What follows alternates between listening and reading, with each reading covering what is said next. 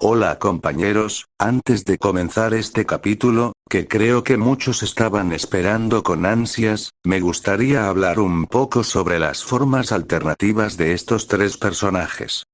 Quiero añadir más contexto y lore a sus historias, ya que aunque aparecieron brevemente, es importante que no se sientan vacías. Fuma Kotaro. El Kotaro de esta línea temporal es el mismo de Taba, pero fue más allá, cruzando límites que el Kotaro original jamás se atrevería a pasar. En esta versión, su habilidad ninja sigue funcionando igual, pero con una condición. Debe derrotar y matar a sus oponentes antes de poder absorberlos, lo que hace que revivan como cadáveres vivientes. Este Kotaro mató a su hermana y a un gran número de Taimanin y demonios para su propio beneficio. Lo hizo porque, después de ver cómo los Taimanin son traicionados constantemente, se dio cuenta de que no hay manera de evitarlo. Así que decidió crear su propia gosa, con la idea retorcida de que, al hacerlo, evitaría que los Taimanin sufrieran. Aunque su razonamiento es enfermizo, ya perdió todos los escrúpulos y por eso actúa de esta manera. Kurenai Vampira. La Kurenai de esta línea temporal es la misma de su videojuego/novela. En esta versión, fue capturada y nunca la rescataron, en gran parte debido al racismo que sigue presente en su mundo. Aunque algunos podrían decir que todos son mestizos, mitad demonios y mitad humanos, Kurenai y otros personajes como ella son especiales por ser descendientes más directos, capaces de alcanzar logros que ni los Taimanin ni los demonios pueden. En esta versión, Kurenai vio morir a su mejor amiga de la forma más cruel posible, pero en lugar de explotar de ira y transformarse de inmediato, guardó su furia y fingió haber sido quebrada por completo. Una vez que sus captores pensaron que estaba sumisa y la dejaron sin restricciones, Kurenai atacó. Su primera víctima fue su propia hermana, a quien mató con el claro propósito de absorber toda su sangre y volverse más fuerte. Luego, mató a todos los que la habían capturado y absorbió la sangre de los guerreros más fuertes. Kurenai desarrolló un odio profundo hacia toda la gosa, ya que nunca la salvaron ni a ella ni a su amiga. Por esta razón, en secreto, a veces ataca a los Taimanin solo por ser quienes son. Carlos Cerbero. En esta línea temporal, el único cambio significativo es que Carla le reveló a Carlos su arte ninja y lo que podía hacer con él, aunque lo hizo después de la muerte de Beatriz, lo cual enfureció a Carlos. Él piensa que, de haber sabido antes, Beatriz podría haber sobrevivido. En lugar de caer en las drogas y la depresión como en la historia original, Carlos se sometió a un entrenamiento intenso y alimentó sus deseos de venganza. Aunque no pudo volver a entrenar con Ingrid ni quiso hacerlo con Carla, buscó la ayuda de Beowulf, la más fuerte de los caballeros del infierno. Beowulf le dio un entrenamiento brutal, pensando que Carlos eventualmente se rendiría. Pero al ver que aguantaba, le ganó su respeto y comenzó a entrenarlo en serio. Carlos no recibió tanto entrenamiento en su arte ninja, pero se fortaleció enormemente en otras áreas. Al final, descubre la verdad sobre la muerte de Beatriz y decide vengarse, iniciando una cacería implacable. Literalmente, no le importaba a quién enfrentaba, y llegó tan lejos que cortó las manos derechas e izquierdas de los líderes de las 9 familias demoníacas.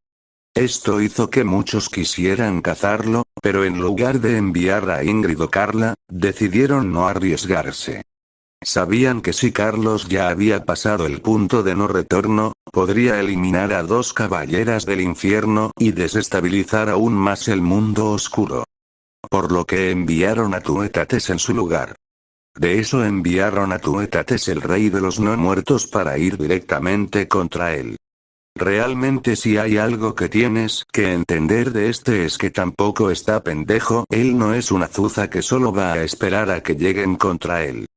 Al descubrir que iba a ir Tuetates contra él simplemente se escondió para seguir entrenando o encontrar algo más que lo hiciera todavía más fuerte.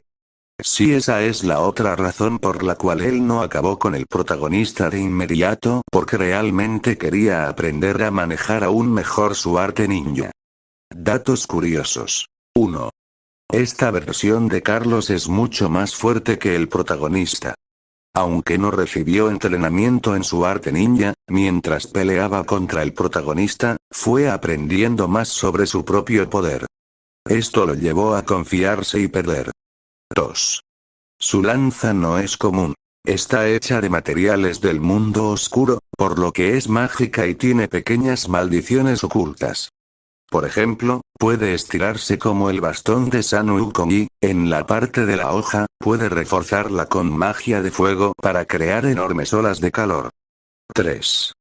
Esta versión nunca despertó una forma demoníaca, ya que las condiciones nunca se dieron para ello. Para finalizar, he confirmado que las versiones de los fans también son canon dentro de mi fanfic. Desde la primera temporada, he visto muchas versiones alternativas creadas por ustedes, y este arco, el de Daruma, es una pequeña carta de agradecimiento. Así que sí, si algún día decides crear una versión distinta de esta historia, que tome decisiones diferentes, será canon dentro de mi universo. Sin más que decir, comencemos con el capítulo. Carlos, Kotaro y Kurenai estaban realmente perdidos. No entendían nada sobre este lugar ni las reglas que lo regían. Sabían que no había gravedad como tal, lo que les permitía saltar de un sitio a otro con facilidad. Sin embargo, el riesgo de perderse en el vacío era constante y aterrador. Por eso, los tres iban montados sobre el dragón de Carlos, buscando desesperadamente una salida. Bueno, supongo que esto no es lo que esperaba cuando acepté la misión de los desaparecidos, murmuró Kurenai, recostada en la espalda del dragón, sujetándose con una mano a una de sus escamas. ¿Realmente esperabas algo? En todas las misiones siempre hay cosas inesperadas, respondió Kotaro, limpiando su katana después de haberla atravesado en el cuello de su otra versión. Lo sé, pero esta ha sido la más extraña de todas, contestó Kurenai, quien, pese a su experiencia en misiones de élite, nunca había enfrentado algo tan surrealista. Supongo que tienes razón, hemos luchado contra armas biológicas, demonios errantes e incluso contra una ninja que intentó secuestrarme, añadió Kotaro, estremeciéndose al recordar a una mujer de cabello blanco y el desafortunado encuentro. Kurenai lo miró con curiosidad. Pero nunca había visto algo como esto, ¿es así el mundo oscuro? Preguntó, dirigiendo su atención a Carlos, que permanecía en silencio, sentado en la cabeza del dragón, observando el entorno. No, el mundo oscuro sigue ciertas reglas similares a las de la Tierra. Ecosistemas, estructuras, pero esto es diferente. No pertenece ni al mundo humano ni al demoníaco, respondió Carlos, con el ceño fruncido, intentando comprender su ubicación. Las palabras de Carlos aumentaron la tensión entre los tres, pues no sabían si escaparían de aquel lugar desconocido. Mientras avanzaban, vieron a lo lejos una figura que les hacía señas. ¿Será uno de los desaparecidos?, preguntó Kurenai, esperanzada. Tendremos que acercarnos y verlo, dijo Carlos, guiando a su dragón hacia la figura. Pero cuanto más se acercaban, más clara se volvía la imagen. Al ver quién era, el corazón de Carlos dio un vuelco, y una sensación de terror lo invadió. Era demasiado tarde. La mujer extendió su brazo, y en un abrir y cerrar de ojos, el dragón se desintegró. Los tres cayeron al suelo, justo frente a la imponente figura. Carlos no tardó en arrodillarse, reconociendo la magnitud del peligro. ¿Quién es ella?, preguntó Kurenai, desconcertada por la repentina sumisión de Carlos. Carlos guardó silencio por unos segundos antes de responder con voz temblorosa, es la Alteza Marjana.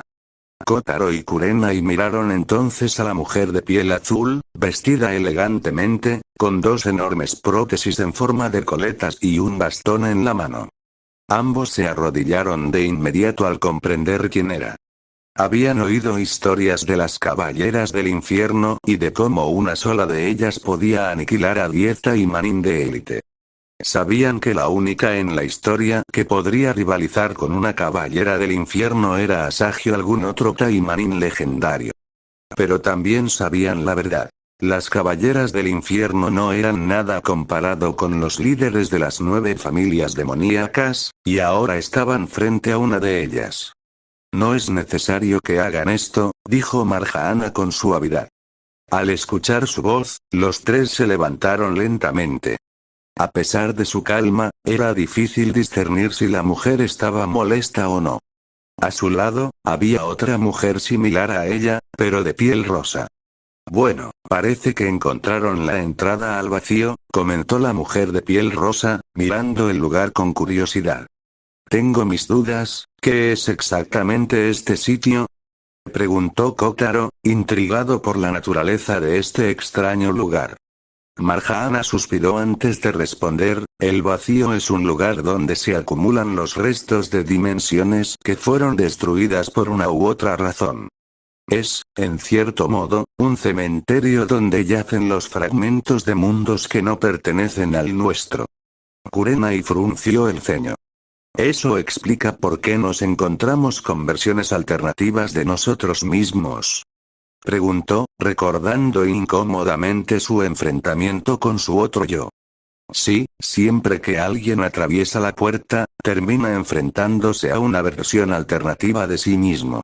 Es una de las peculiaridades de este lugar, explicó Marjana, llevando una mano a su mentón, pensativa. Pero basta de charla. Es hora de que salgan de aquí. Sellaré la puerta para que este lugar quede completamente desconectado, declaró Marjana, mientras su compañera abría un portal que conectaba con el templo donde habían estado antes. Pensé que ustedes querían matarlo, dijo Kotaro, señalando a Carlos. Sin pensarlo 2 veces, le dio un golpe con la funda de su espada, provocando una ligera risa en la mujer de piel rosa. Es cierto que nuestras órdenes son eliminarlo a la vista, pero sirvo a Marjana por encima de cualquier otro.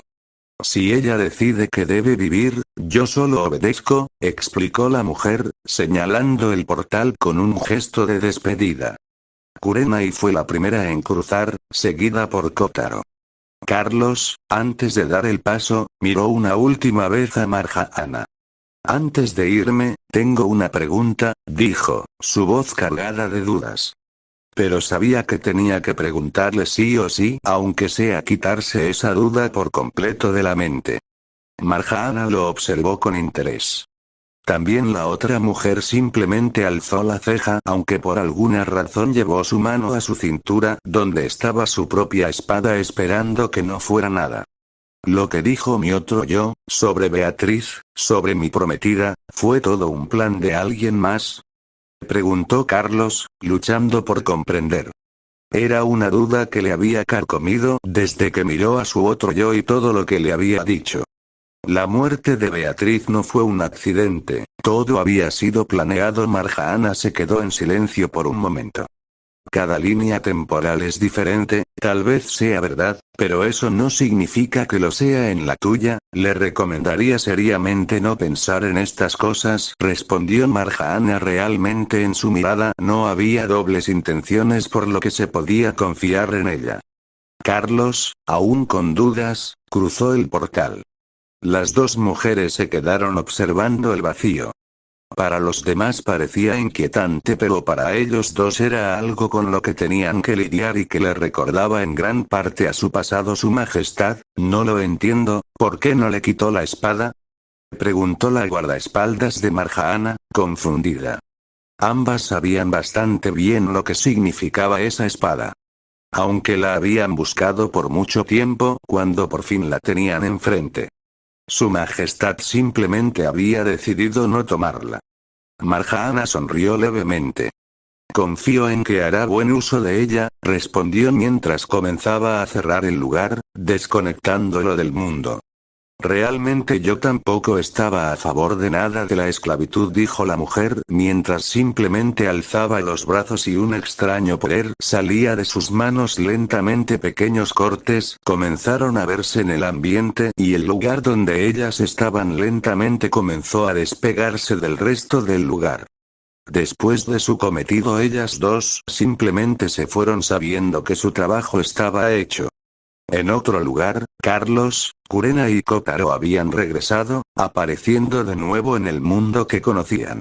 El aire aún se sentía pesado por la experiencia que acababan de vivir. Supongo que el informe será mucho más complicado que otras veces, dijo Carlos, su voz reflejando la duda de si Asahi les creería cuando le contaran todo lo ocurrido.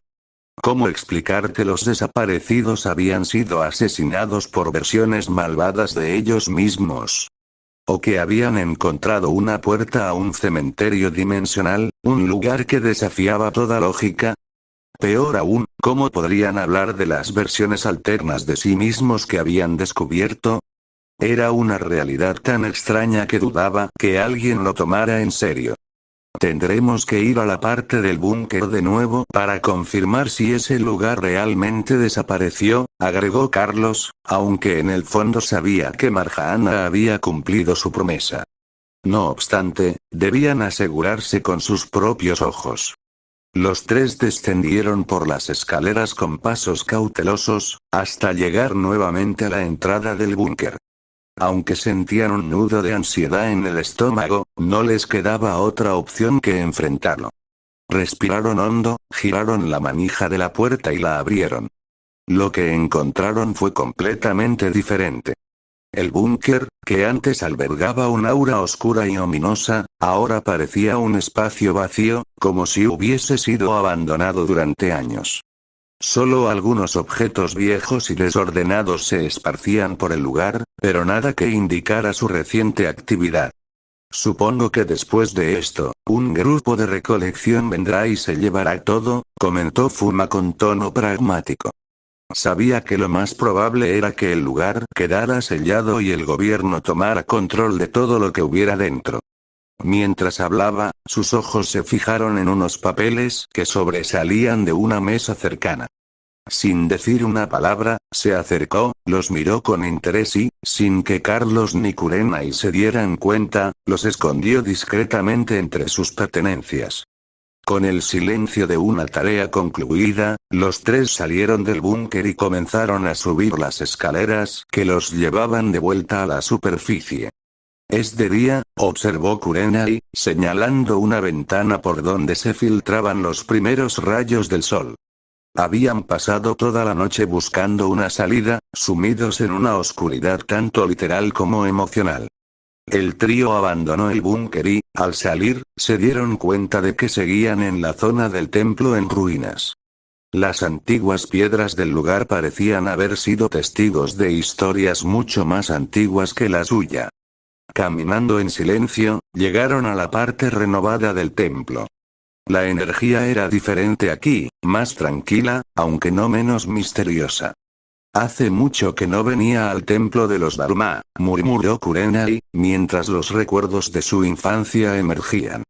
Recordó haber visitado el templo con su abuelo cuando era apenas una niña, cuando el mundo aún no le había revelado sus lados más oscuros. Estas cosas siempre me dan escalofríos, dijo Kotaro, mirando con desconfianza los Dharma, aquellas figuras de madera sin ojos pintados que adornaban el lugar. Son amuletos de la suerte, explicó Kurenai, provocando la curiosidad de Kotaro. ¿Amuletos de la suerte?, preguntó Carlos, visiblemente intrigado. Sí, se supone que cuando pintas el primer ojo es porque te has propuesto una meta, algo importante que cumplir. Tienes que esforzarte para alcanzarla. Cuando lo logras, pintas el segundo ojo y luego vienes aquí para quemar el Dharma, señalando que has cumplido tu objetivo, explicó Kurenai, sonriendo con la misma emoción que sentía de niña al escuchar esas historias. Kurenai tomó uno de los Dharma con delicadeza, trazando con el dedo el ojo sin pintar. Una determinación encendió su mirada mientras se fijaba un nuevo objetivo. Mi meta ahora es encontrar a mi hermana, dijo en voz baja, recordando lo que su versión alterna había revelado. Sabía que su hermana menor estaba en algún lugar, y no descansaría hasta encontrarla. Kotaro, en silencio, tomó otro Dharma. Observó el pequeño amuleto antes de murmurar para sí mismo. Seré un mejor líder que ellos dos, pintó el primer ojo con una precisión casi ritual. Mientras lo hacía, no pudo evitar notar la semejanza irónica entre el Daruma y él. En su mente aparecieron recuerdos de su padre y de esa versión de sí mismo que había encontrado en el vacío. No sería como ellos. No cometería los mismos errores. Carlos también tomó uno. Sostuvo el Daruma en sus manos mientras sus pensamientos lo abrumaban. Hasta ese momento, nunca había tenido una meta clara. Solo quería ser feliz, vivir sin complicaciones. Pero después de todo lo vivido, sabía que eso no era suficiente. Ya no podemos permitirnos ser ignorantes, susurró, recordando la versión oscura de sí mismo. Quiero descubrir la verdad, saber qué pasó realmente y enfrentar a esos idiotas. Pintó el primer ojo del Daruma con determinación, sellando así su resolución. Con sus metas claras, el trío abandonó el templo, sabiendo que un largo camino les esperaba. Cada uno llevaba consigo un nuevo propósito, un motivo para seguir adelante en un mundo lleno de misterios y peligros. Días después. Tal como lo pensaba Asahi, prácticamente nadie creyó nuestras palabras al principio. ¿Cómo iban a hacerlo? Lo que habíamos contado sonaba demasiado absurdo, incluso para un mundo lleno de peligros y criaturas sobrenaturales. Sin embargo, decidieron involucrar a Taiman In, expertos en detectar mentiras y manipulaciones. Cuando nos sometieron a su evaluación, descubrieron que en realidad estábamos diciendo la verdad. Aquello que habíamos presenciado no era ninguna fantasía o invención. Esto, por supuesto, alarmó a más de uno en la organización. Las puertas dimensionales, versiones malignas de nosotros mismos, un cementerio que desafiaba las leyes del tiempo y el espacio, eran demasiadas amenazas potenciales para ser ignoradas. La directiva fue clara. Si alguna vez encontrábamos otra de esas puertas, debíamos informar de inmediato y mantenernos alejados. Ninguno de nosotros debería acercarse sin la debida autorización. Pasaron los días y, al fin, llegó la fecha señalada. Pero esta vez, no se trataba de una misión o una reunión con los clanes. No, lo que tenía marcado en mi calendario me tenía realmente emocionado. Era el día en que mi estudiante, Tatsuro, se enfrentaría cara a cara con su hermana mayor, Rinko, por el liderazgo del clan. Había esperado este día desde hace tiempo. Tatsuro había entrenado incansablemente para estar a la altura, y aunque sabía que la batalla no sería fácil, confiaba en su potencial. Rinko era una rival formidable, y aunque su relación como hermanos era sólida, la responsabilidad del liderazgo era algo que ambos deseaban con fervor. Mi mente estaba completamente enfocada en el duelo que se avecinaba, cuando de repente la puerta de mi habitación se abrió. Para mi sorpresa, Asahi entró, vistiendo un elegante kimono. Me lanzó uno, de color negro, y lo sostuve en mis manos, desconcertado. ¿Qué? Pregunté, mirando el kimono con una mezcla de confusión y sorpresa. Asahi, con su calma habitual, sonrió levemente antes de explicarse. El clan Akiyama es uno de los más tradicionales que existen. Aunque se han modernizado en algunos aspectos, siguen manteniendo muchas de sus costumbres intactas. En este caso, los líderes de otros clanes tienen permitido asistir a la ceremonia del duelo, siempre y cuando seamos lo más respetuosos posible. Usar kimono es uno de esos requisitos. Me quedé observando el kimono por unos segundos. Claro, tenía sentido. El clan Akiyama valoraba sus tradiciones por encima de todo, y no era la primera vez que me encontraba cumpliendo con sus expectativas. Pero eso no hacía que me sintiera más cómodo con la idea de vestirme de manera tan formal. Asahi, sin perder su paciencia, añadió: vístete. Hoy es un día importante, no solo para Tatsuro, sino para todo el clan. Y no podemos permitirnos ningún error. El peso de sus palabras resonó en mí. No solo era un duelo entre hermanos, sino una decisión que afectaría el futuro del clan. Me puse el kimono con torpeza, y Asahi, notando mi dificultad, me ofreció su ayuda con una ligera sonrisa. Déjame ajustar eso, dijo, acercándose para asegurarse de que todo quedara en su sitio. Agradecí su asistencia, aunque no pude evitar sentirme un poco ridículo en el proceso. Gracias, murmuré cuando terminó. Ella asintió con seriedad, y me lanzó una última mirada de aprobación. Vamos, dijo finalmente. El futuro del clan Akiyama se definirá hoy.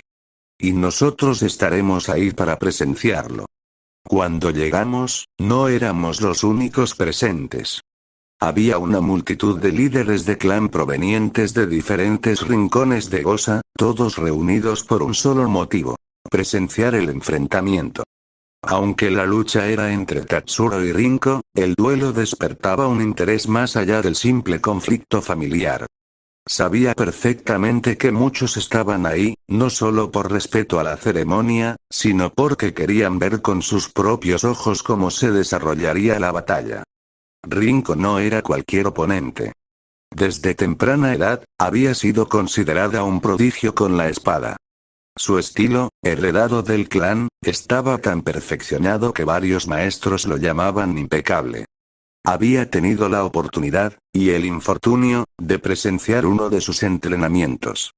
A diferencia de lo que esperaba de alguien de su renombre, Rinko no peleaba de manera exuberante o explosiva. Su estilo era frío y calculado, casi clínico. Como una cazadora en busca de su presa, aguardaba pacientemente el momento oportuno para ejecutar el golpe final, aquel que pondría fin al combate de una vez por todas. Precisión mortal. Esa era la única manera en que podía describir su técnica con la espada. Tatsuro, por otro lado, tenía un enfoque completamente diferente. Lo había entrenado para ser todo lo contrario. Impredecible, flexible, y dinámico. Su estilo de combate se basaba en la creatividad y en desorientar a su oponente, buscando abrir espacios donde otros solo veían obstáculos. No sabía quién de los dos ganaría.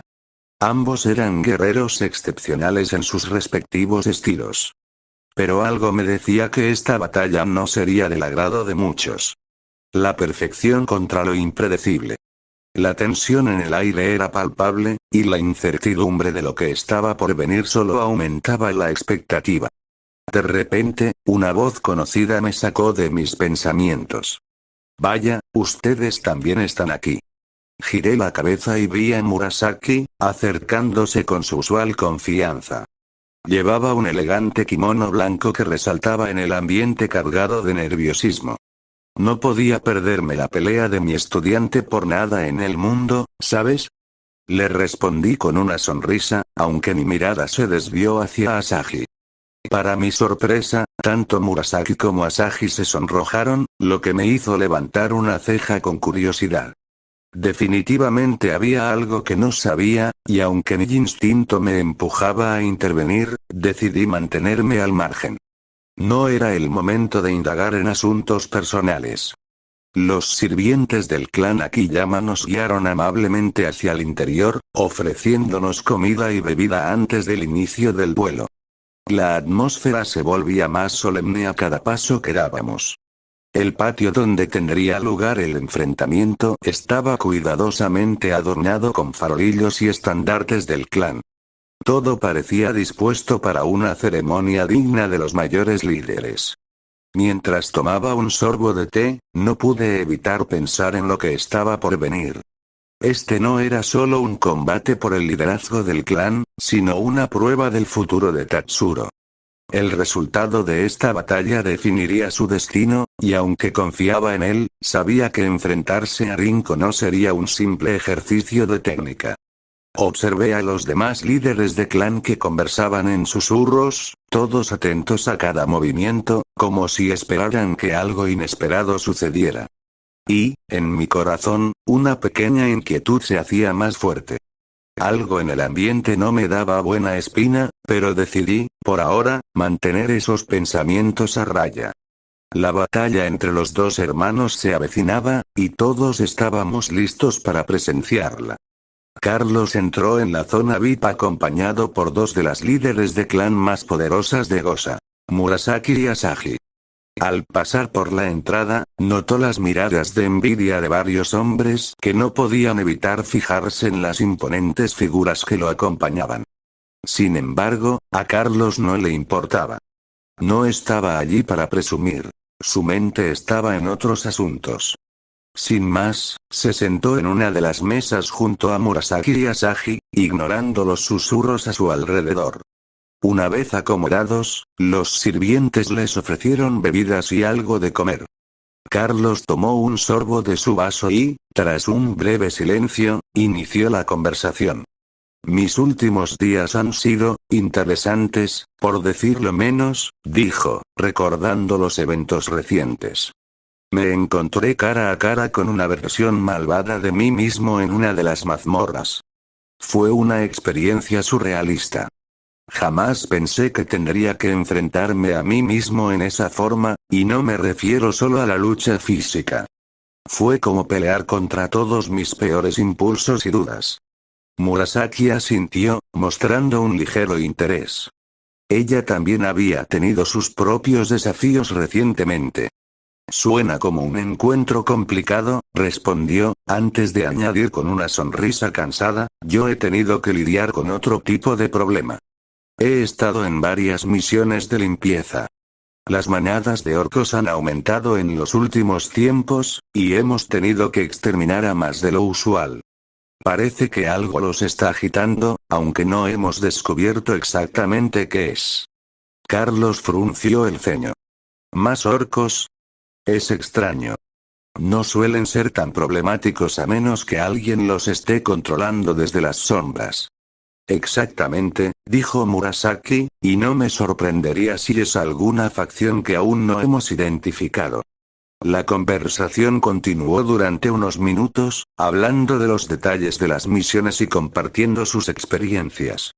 El ambiente se tornó algo más relajado, pero entonces Asahi, que hasta ese momento había permanecido en silencio, soltó algo que captó la atención de ambos. Por cierto, dijo con un tono más serio. Hay algo que me ha estado rondando la cabeza últimamente. He recibido informes que indican que Oboro y Power Lady podrían seguir vivas. Carlos y Murasaki intercambiaron miradas sorprendidas. Oboro y Power Lady eran dos figuras que se creían muertas, perdidas en misiones anteriores que nadie había logrado rastrear. ¿Cómo es posible?, preguntó Carlos, su interés claramente despertado. Se supone que ambas murieron hace tiempo, añadió Murasaki, confundida. Asahi asintió, sin perder la calma. Eso pensé también, pero ha habido avistamientos.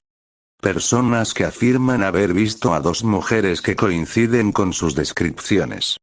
Todavía no tengo pruebas definitivas, pero es lo suficiente para levantar sospechas.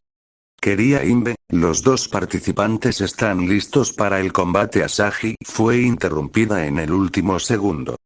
Ya que desgraciadamente la pelea iba a comenzar y no pudo terminar de decir lo que quería por completo, el silencio entre los tres fue palpable.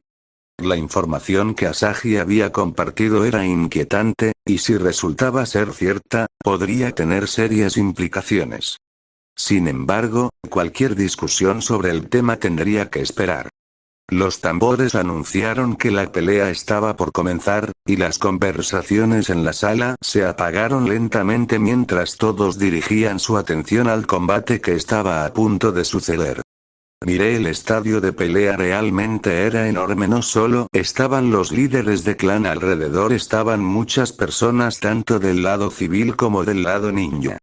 Nosotros, al ser líderes de este clan, podríamos decir que estábamos en las gradas VIP. Pero eso no quita que aún así todo esté bastante callado, y pronto lo que tenía que pasar pasó.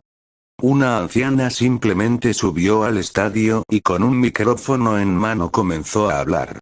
Hoy, como saben, se debate la pelea que definirá el destino de nuestro clan, comenzó la anciana. Los dos hijos mayores de nuestro anterior líder se batirán en duelo para definir el futuro de nuestra familia, continúa la anciana, mientras que dos puertas a ambos lados del estadio se abrían. De ambos lados salieron los hermanos. Por el lado izquierdo salió Tatsurou con la misma ropa que uso en nuestro combate. Pero la que me impresionó fue Rinko. Había cambiado su traje por completo. Ahora tenía un traje de color negro y su mirada era completamente seria. Realmente podían estar que ella quería hacer esto, pero lo haría de todas formas. Así, ambos caminaron lentamente hasta quedar frente a frente. El aire entre ellos se sentía denso, cargado de tensión. Ya no había nada que reflejara la hermandad que los unía desde pequeños. Lo único que quedaba era la rivalidad pura, alimentada por años de resentimientos no expresados y expectativas incumplidas. Estaba dispuesta a darte una última oportunidad, Tatsurou, pero has llevado esto demasiado lejos. Ya no puedo echarme atrás. Solo espero que no te arrepientas después. Rinko habló con una voz cargada de enojo, su rostro reflejaba una mezcla de decepción y furia contenida. Las palabras salieron como cuchillas, afiladas y precisas. No solo estaba molesta, estaba frustrada por cómo había terminado todo. No había marcha atrás para ninguno de los dos. Tatsurou la miró directamente a los ojos, algo en su mirada hizo que Rinko se sorprendiera por un momento. Aquella mirada seria y decidida no era la de su hermano menor que siempre había conocido. Siempre me has sobreprotegido, Rinko, tú fuiste de las pocas personas que nunca me llamó inútil. Pero, al hacerlo, al protegerme tanto, me limitaste. Nunca me diste la oportunidad de demostrar lo que soy capaz de hacer. Me hiciste sentir que, para ti, yo era como los demás. Alguien débil, alguien que necesitaba ser salvado. Nunca confiaste en mí, en lo que podía llegar a ser. Si para que lo entiendas tengo que darte unas buenas patadas en el trasero, lo haré. Las palabras de Tatsurou fueron directas, sin titubeos. Había guardado esos sentimientos durante mucho tiempo, y ahora que los dejaba salir, lo hacía con toda la sinceridad que tenía dentro. Aquellas palabras, lejos de calmar a Rinko, la hirieron más profundamente de lo que él imaginaba. La frustración en su rostro se intensificó. Para ella, esas palabras eran un desafío que no podía ignorar.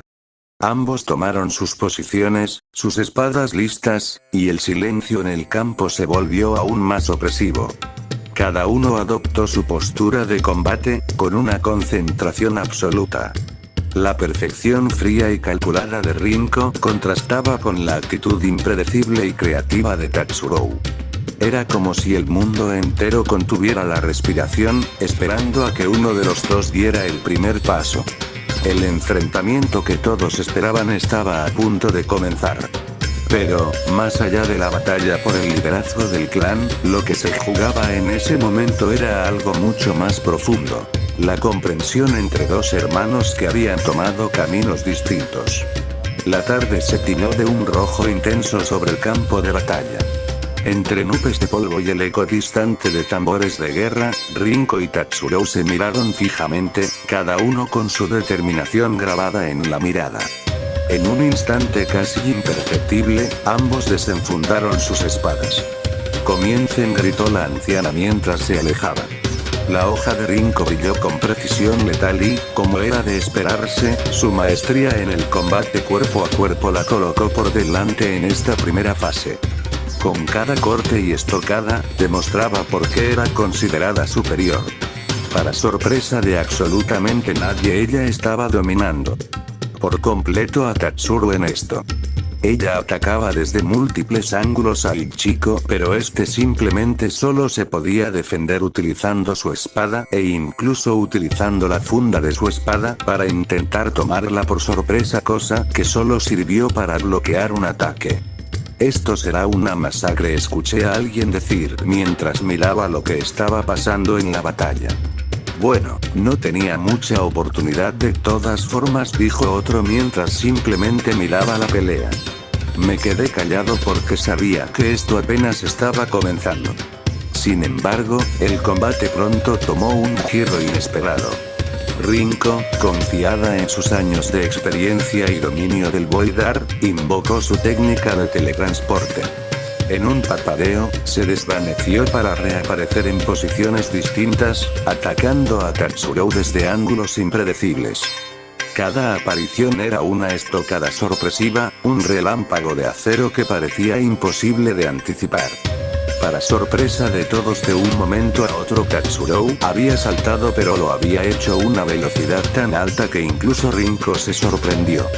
Luego con sus reflejos pudo contener un ataque, pero este fue lo suficientemente fuerte como para mandarla a volar unos metros.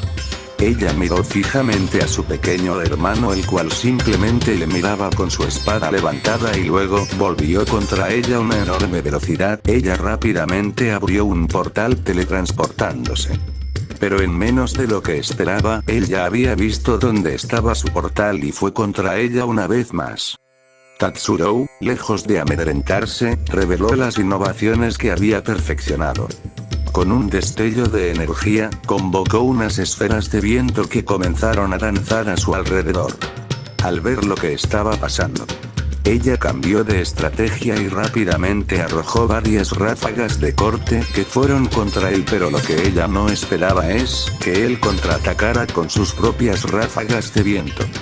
No eran tan grandes, pero se sorprendió porque eran mucho más precisas que las suyas. No era algo más, ella lo pudo deducir fácilmente. Yo como él hacía varios cortes seguidos y entonces lo notó. Shurikens de viento, pensó mientras miraba cómo las ráfagas de viento de él se habían convertido en pequeñas shurikens que iban tras ella. Algunas estampaban contra sus cortes, pero otras iban directo contra ella. Ella solamente las desvió utilizando su estilo de espada. Esto era algo que ya había visto en otros Taimani. Simplemente arrojar algo para distraer a su oponente y atacarlo por otro lado. Simplemente lo vio y rápidamente bloqueó el segundo corte que había impuesto con su velocidad.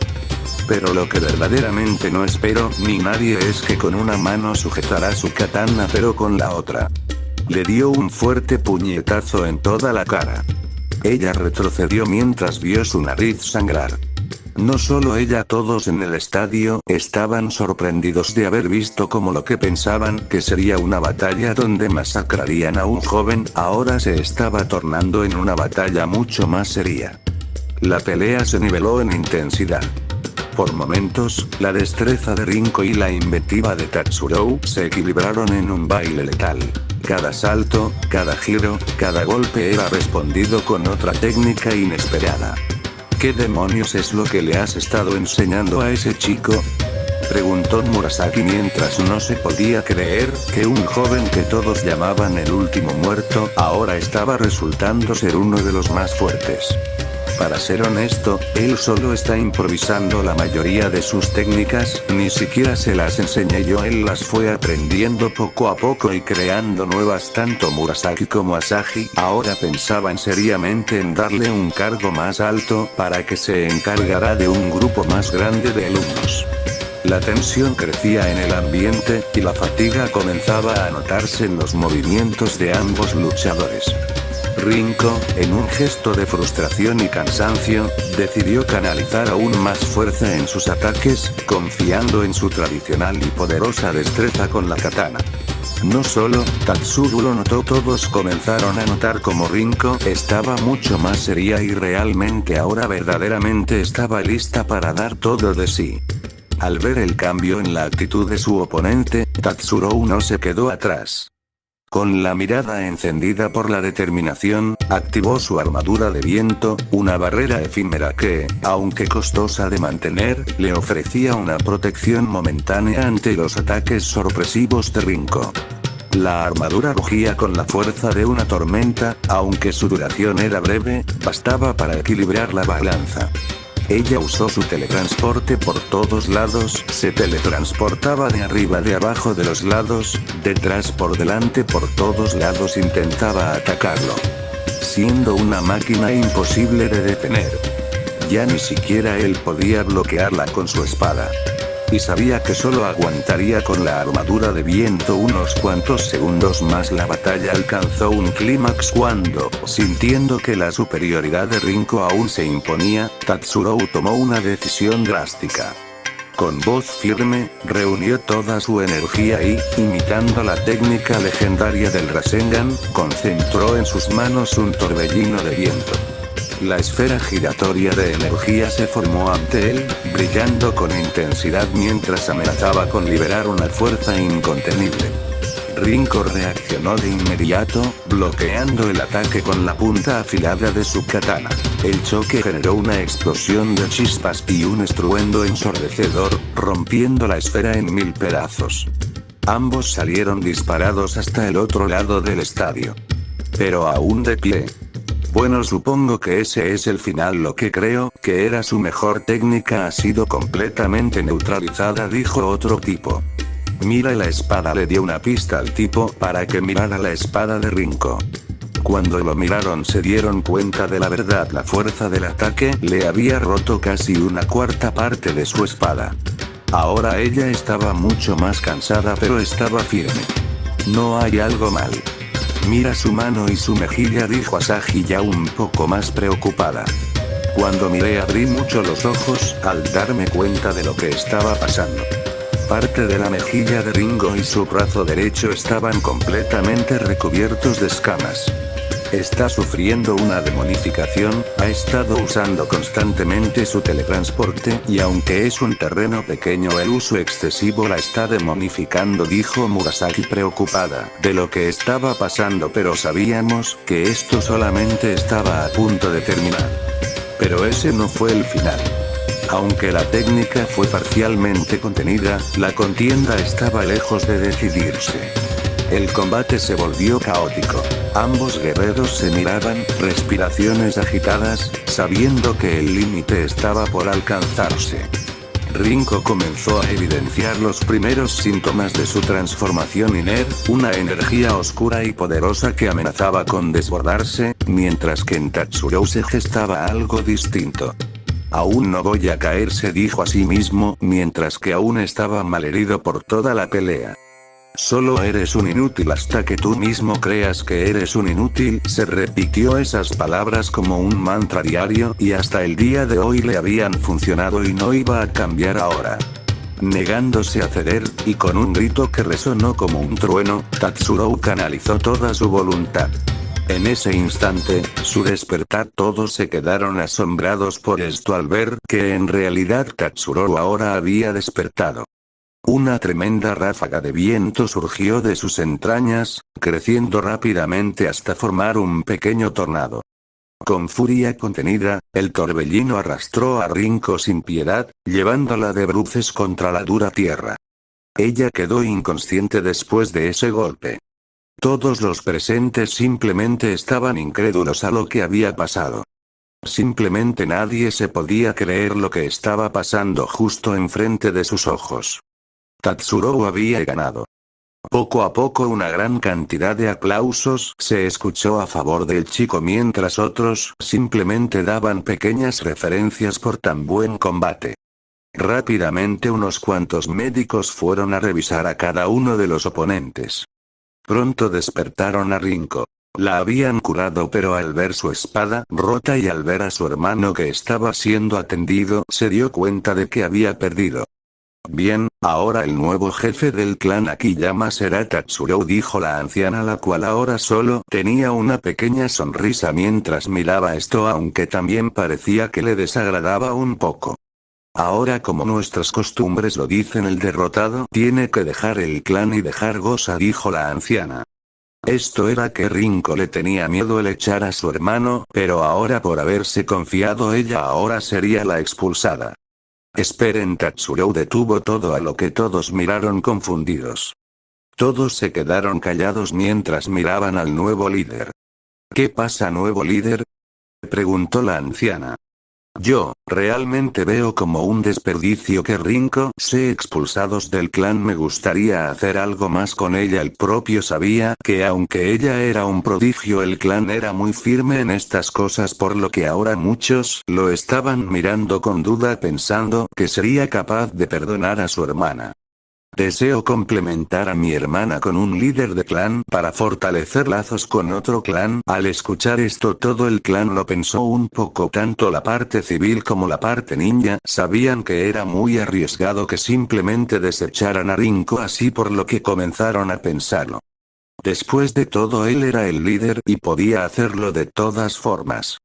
¿Está bien? ¿Y con quién quiere comprometer a su hermana?, preguntó la anciana. Quiero comprometerla con el líder del clan Tamashii, Carlos Tamashii. Que cuando él pronunció esas palabras, dos gritos al unísono sonaron por todos lados. Carlos y Rinko fueron justamente los que habían gritado. Fin del capítulo. Sí, definitivamente este ha sido el mejor giro de trama que he hecho hasta la fecha, y creo que hasta los que se la vieron venir no creo que se le esperaban por completo que sí lo hiciera. Bueno, espero